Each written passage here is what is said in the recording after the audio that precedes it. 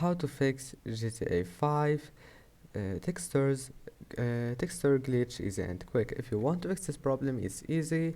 All you need to do first, just try to restart your PC and then launch GTA 5, and your problem maybe it will be fixed. And if that doesn't fix your problem, it's easy. Then let's move to the next method. Go to settings and then go to privacy here, scroll down until you find background apps.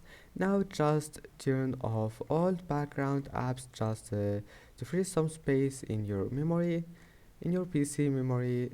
You will find it like that. Just turn it off, and after that open task manager, and then you will find task manager like that. Click more details and then go to memory, and once you're here, just right click on all applications that you don't need, like Google Chrome, all the unnecessary applications, and click end task, and also OBS, and things like that.